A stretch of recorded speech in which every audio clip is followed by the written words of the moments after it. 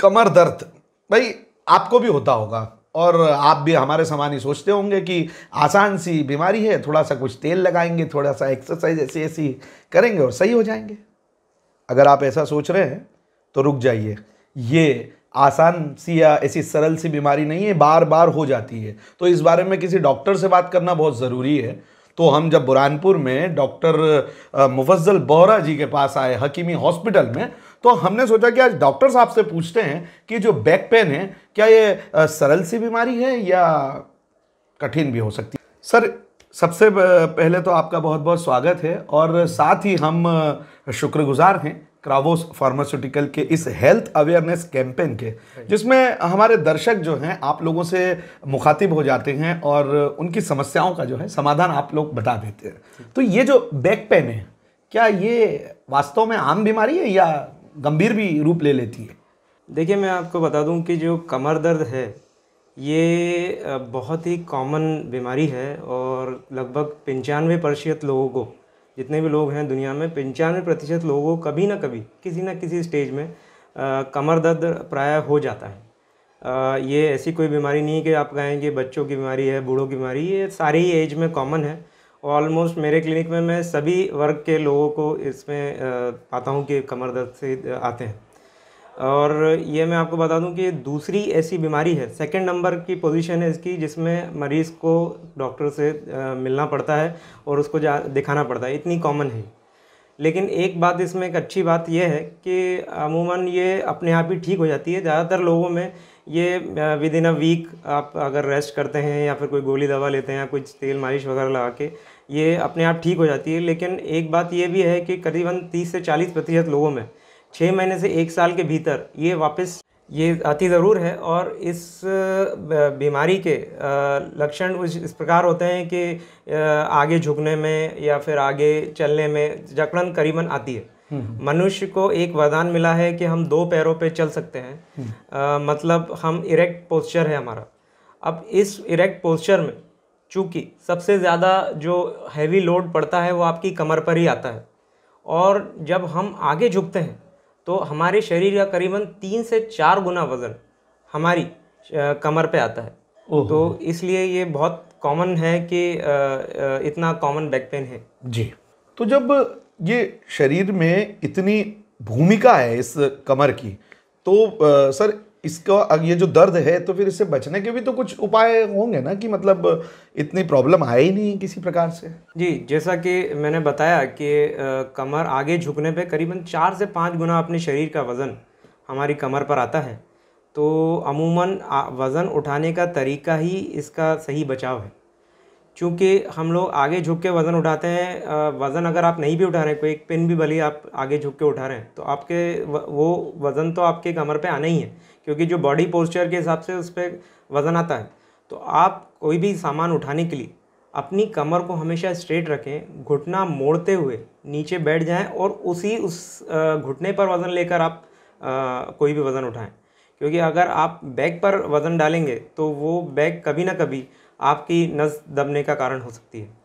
दूसरा उपाय ये है कि अगर आप बर्तन या कपड़े धोते हैं तो अमूमन सिंक पर धोएं। खड़े रह के कपड़े धोना, बर्तन धोना बहुत ज़्यादा इम्पॉर्टेंट है। झाड़ू लगाने का बेस्ट तरीका ये है कि आप लंबी झाड़ू लेके खड़े रह के झाड़ू लगाएं तो बेटर है। आगे झुक के झाड़ू लगाने से भी काफ़ी लोडिंग कमर पे आती है। सोने का जो बेस्ट तरीका है कि आप पतला तकिया लें, या अगर तकिया ना लें तो बेहतर होता है, और कमर के नीचे एक टॉवल को रोल करके आप रखें, जिससे भी कमर को काफ़ी सपोर्ट रहेगा। और आप जो अगर सोते हैं तो सतह बहुत ज़रूरी होती है कि वो कैसी हो। बहुत ज़्यादा सॉफ्ट जैसे फोम या स्पंज पर अगर आप सोते हैं तो कमर पे अनड्यू प्रेशर आता है, और बहुत ज़्यादा हार्ड सरफेस जैसे कि चटाई या ज़मीन पे आप सोते हैं तो भी कमर पे लोड आता है। कमर के लिए बेस्ट जो सरफेस सोने के लिए है वो एक पतला रुई का गद्दा, उसी पर आप सोएं तो उससे बेहतर और कुछ भी नहीं हो सकता। लकड़ी का पलंग हो तो बेटर है, नहीं तो ज़मीन पर भी आप पतला गद्दा डाल के सो सकते हैं। कंप्यूटर और लैपटॉप्स पे आजकल देखा गया है कि जो लोग वर्क करते हैं उनको भी बहुत ज़्यादा बैक पेन होता है। तो आपका जो पोस्चर है वो आप अपने एक टेके वाली कुर्सी लें और आप स्ट्रेट बैठें और टेका लेके बैठें तो बेहतर है। आप आगे झुक के अगर कंप्यूटर वगैरह चलाएंगे तो उससे भी बैक पेन होता है। ड्राइविंग मोस्टली जो लॉन्ग ड्राइविंग रहती है उसके अंदर भी आप कार की सीट में अगर एक तकिया पीछे ले लेंगे या फिर एक सा रोल जो बैक को सपोर्ट दे, तो भी आपके काफ़ी बैक को सपोर्ट हो सकता है और आने वाले जो दर्द को ये रोका जा सकता है। ये जो अमूमन ज़्यादा वज़न जो होता है, अगर BMI आपका ज़्यादा है और ओवरवेट या आपकी तोन ज़्यादा निकली है, तो भी एक कमर के ऊपर प्रेशर पड़ता है। तो ऐसा माना गया है कि जो कम वज़न वाले लोग रहते हैं वो भी कमर दर्द से काफ़ी हद तक बचे रहते हैं। तो मेरे ख्याल से आपकी डाइट में वसा या तो ऑयल वगैरह कम लिया जाए और सब्जियां वगैरह ज़्यादा इंक्लूड करें और आपका वेट रिडक्शन करें और आपका जो BMI है अगर 20 या 23 के अंदर रहे तो भी कमर दर्द से बचा जा सकता है। जी। ये जो सर आपने बात बताई कि BMI अगर आपका अधिक आता है, तो मुझे तो ऐसा लग रहा था कि मेरे लिए बात हो रही है। तो मोटापा भारत की एक अभी आम समस्या हो गई है और कमर दर्द मेरे ख्याल से इसलिए भी बहुत ज़्यादा होता है। लेकिन मोटापे के अलावा भी तो इसके प्रकार होते होंगे ना, मतलब कौन कौन से टाइप होते हैं कमर दर्द के, ये थोड़ा सा बताएं। जी, प्रिडोमिनेंटली दो टाइप रहते हैं कमर दर्द के। एक होता है बैक डोमिनेंट बैक पेन, मतलब ज़्यादातर दर्द सिर्फ कमर पर होना और मामूली दर्द सिर्फ पाँव में जाता है, हिप्स या बट्स में आपके थोड़ा सा कभी कभार दर्द आना। लेकिन इस टाइप का दर्द जो रहता है ये इतना चिंताजनक नहीं रहता, इतना गंभीर नहीं रहता। ये यूजुअली आपके अपर बैक के मसल स्पाज़म के कारण होता है, मांसपेशियों की जकड़न के कारण, और अमूमन ये कोई मैकेनिकल बैक पेन कहा जाता है।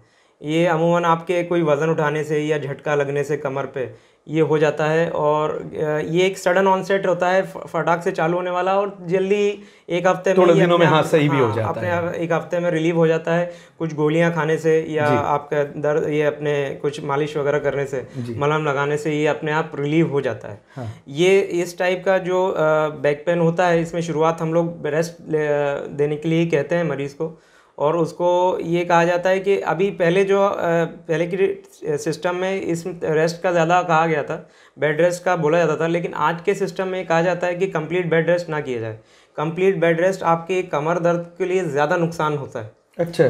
क्योंकि ये आपकी मसल को और वीक कर देता है। तो अभी ये कहा गया है कि स्मॉल रूटीन की जो आपकी डेली एक्टिविटीज़ के काम आप करते रहें, वो आपके चलते रहें, और बस ऐसे काम जिस पे बहुत हेवी लोड आता हो कमर पे, जैसे झाड़ू वगैरह लगाना, आपके नीचे बैठ के कपड़े धोना, वो थोड़ा सा अवॉइड करें आप। बाकी कुकिंग वगैरह खड़े रह के की जा सकती है। तो ये तो सर जैसे आपने बताया कि ये एक प्रकार है जो मतलब पता चलता थोड़े दिनों में सही भी हो जाता है।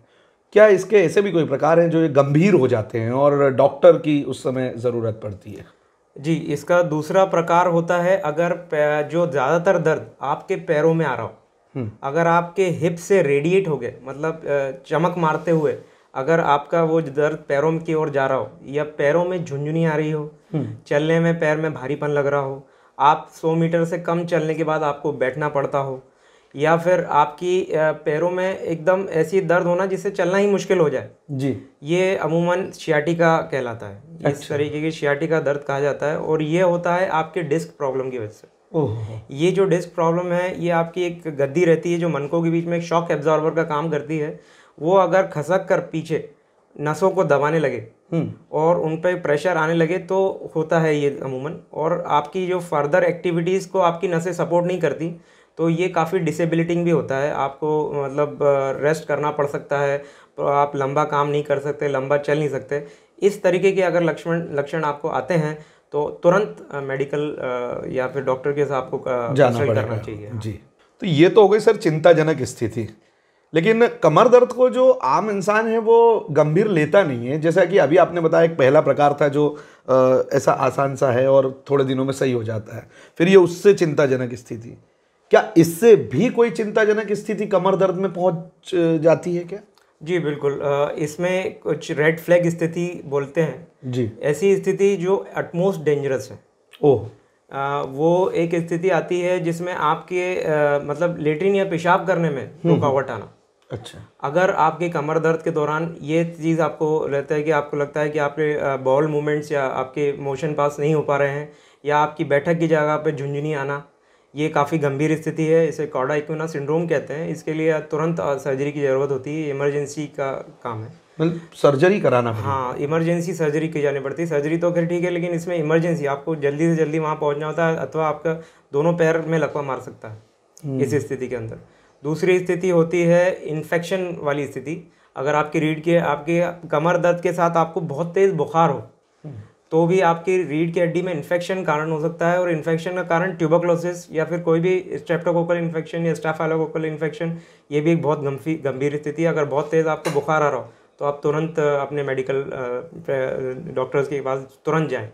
और अगर आपको कोई कैंसर की हिस्ट्री रह चुकी है जी, जैसे कि अगर आपको कभी लंग कैंसर हुआ हो या ब्रेस्ट कैंसर हो या पहले कोई भी इस टाइप का कैंसर रहा हो, उसका इलाज कीमोथेरेपी चल रहा हो, उस दौरान आपको सडन बैक पेन चालू होता है, तो इसका मतलब है कोई मेटास्टेसिस, वहाँ से कैंसर फैल के आपकी कमर की तरफ आया है। ये भी बहुत ही गंभीर स्थिति है। ये भी तुरंत ऑपरेशन इसमें लगता है। यकीन मानिए ये तो हमने भी नहीं सोचा था कि कमर दर्द जो है वो इतनी गंभीर अवस्था तक पहुंच सकता है।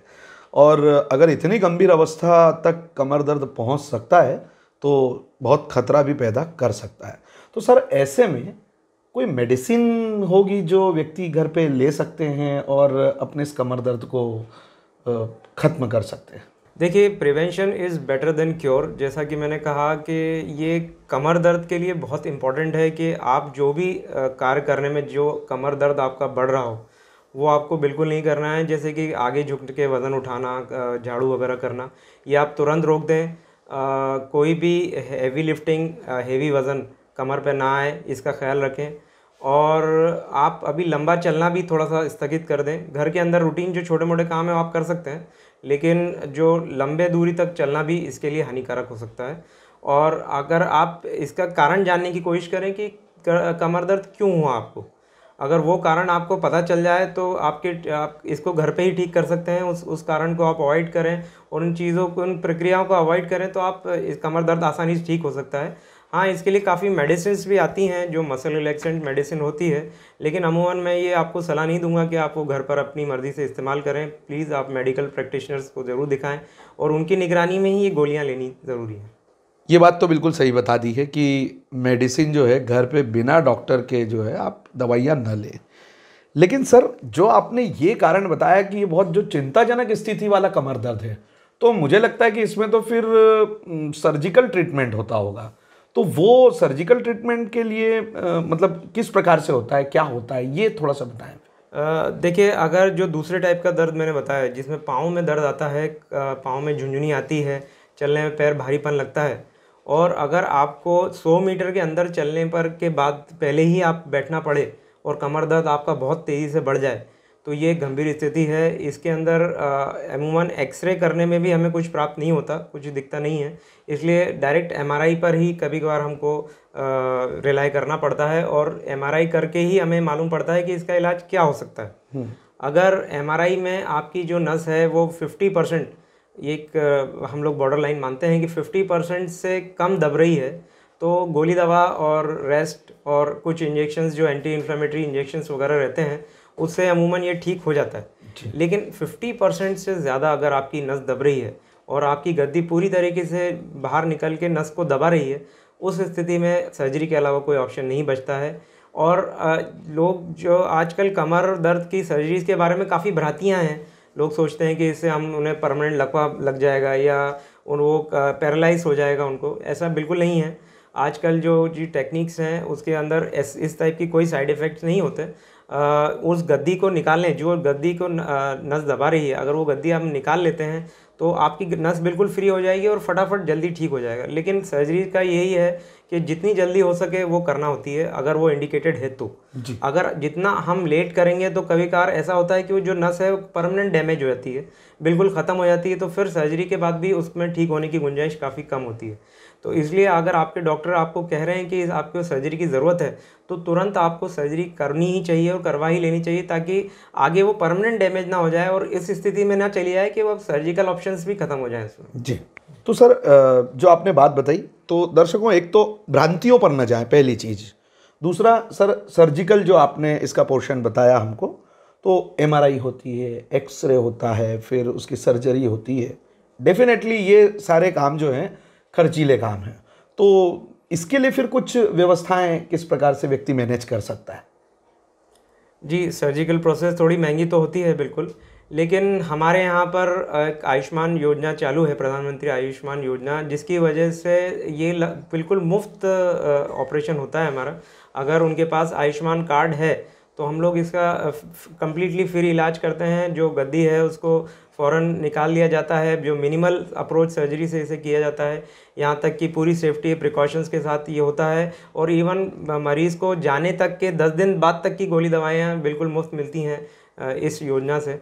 तो काफ़ी मरीज़ इसका लाभ उठा चुके हैं, और तुरंत ऑपरेशन करने के लिए बहुत ज़रूरी होता है, क्योंकि मरीज़ों के पास तुरंत इतना पैसा जमा होना मुश्किल रहता है। तो कई बार वो ऑपरेशन पहले नहीं करा पाते थे, लेकिन ये योजना आने से हम काफ़ी मरीज़ों की मदद कर चुके हैं और कर रहे हैं। और जो ऐसे मरीज़ भी हैं जो सर्जरी के तुरंत 2 दिन बाद अच्छी तरीके से चलने लगे हैं, और बिल्कुल अब वो उस कमर दर्द को भूल गए हैं जो उनको कई सालों से था। तो ये बहुत ज़रूरी है कि हम लोग जो चीज़ हैं, जो इलाज है, अपने डॉक्टर की सलाह को तुरंत मानें, और उसकी जो इन भ्रांतियों से दूर रहें जो कि आम आदमी को सही इलाज पर पहुंचने से रोकती है। तो ये सर जो आपने बताया कि आयुष्मान योजना से निःशुल्क हो जाती है सब सारी सर्जरी वगैरह, तो क्या हकीमी हॉस्पिटल बुरहानपुर में भी इस योजना का लाभ मिल रहा है?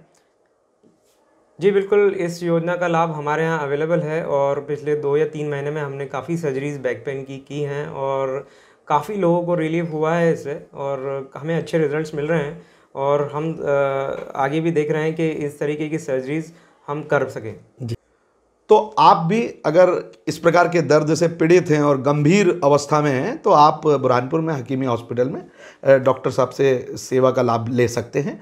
दूसरी बात जो आपके लिए बहुत ज़रूरी है सर, ये जो कमर दर्द वगैरह इस प्रकार के जो रोग होते हैं, तो व्यक्ति इसे गंभीर लेता नहीं है, और नीम हकीम खतराए जान वाला जो मामला है, आप आड़े लेटो, मैं घुटने से सही कर दूंगा, मैं आपको कमर से पकड़ के ऐसा उठा के झटका दे दूंगा, क्या सही होता है? ये कुछ है ऐसा? देखिए, आप इन चीज़ों के बारे में बिल्कुल ना जाएं, क्योंकि मैं आपको बता चुका हूं कि जो 2 प्रकार के कमर दर्द होते हैं, एक जिसमें सिर्फ कमर में दर्द होता है, ये नीम हकीम या खतरा जान उसको दूसरे प्रकार में बदल देते हैं और उस पर नस आपकी जो दबने लगती है, जहां आप कुछ गोली दवाई और सिर्फ बेड रेस्ट से आप ठीक होने वाले होते हैं, वहां आपको ऑपरेशन के घाट उतार देते हैं जी। इसलिए आप हमेशा लर्नेड मेडिकल प्रैक्टिशनर के पास जाएं, क्योंकि कमर आपकी बहुत ही इंपॉर्टेंट पार्ट है। ये कमर अगर आपकी कहीं भी लकवा मारती है तो आप हमेशा के लिए हैंडीकैप हो सकते हैं या आपकी ज़िंदगी पूरी बर्बाद हो सकती है। ये कोई मलेरिया या ऐसी बीमारी नहीं कि 5 दिन गोली खा के ठीक हो जाए। ये उन चीज़ों का दुष्प्रभाव है जो आपने ज़िंदगी बचपन से जो चीज़ आप करते आए हैं, उन चीज़ों का साइड इफ़ेक्ट है जो आपकी कमर झेल रही है। तो कभी भी आप इसको एकदम ईजी ना लें, मेडिकल प्रैक्टिशनर्स को दिखाएं और इनकी सलाह पर ही काम करें। जी, ईजी ना लें लेकिन घबराएं भी नहीं। कमर दर्द के बारे में हमें लगता है कि हमने डॉक्टर साहब से बहुत सारी बातें करी, जो आप हमसे सवाल पूछ रहे थे बराबर, लेकिन इसके साथ ही डॉक्टर साहब हमारे जो व्यूवर्स हैं वो घुटनों की समस्या के बारे में भी जानना चाहते हैं। तो डॉक्टर साहब हमारे साथ अगले वीडियो में भी मौजूद रहेंगे घुटनों की समस्या को लेकर। आपको और भी जो भी कुछ सवालात पूछना है तो डॉक्टर साहब का नंबर भी जो है हमारे डिस्क्रिप्शन में लिखा हुआ है, आप उसमें सीधे भी संपर्क कर सकते हैं और घुटनों की समस्या से जो आपके सवाल हैं वो भी हमसे पूछ सकते हैं। और आपका हम बहुत बहुत धन्यवाद करते हैं कि आप हमसे लगातार अलग अलग विषयों पर वीडियो बनाने के लिए आप हमें कहते रहते हैं। साथ ही हम शुक्रगुजार हैं क्रावोस फार्मास्यूटिकल के इस हेल्थ अवेयरनेस कैंपेन का और साथ ही डॉक्टर साहब का जो हमारे साथ इस वीडियो में उपस्थित हुए। डॉक्टर साहब आपका बहुत बहुत धन्यवाद। नमस्कार।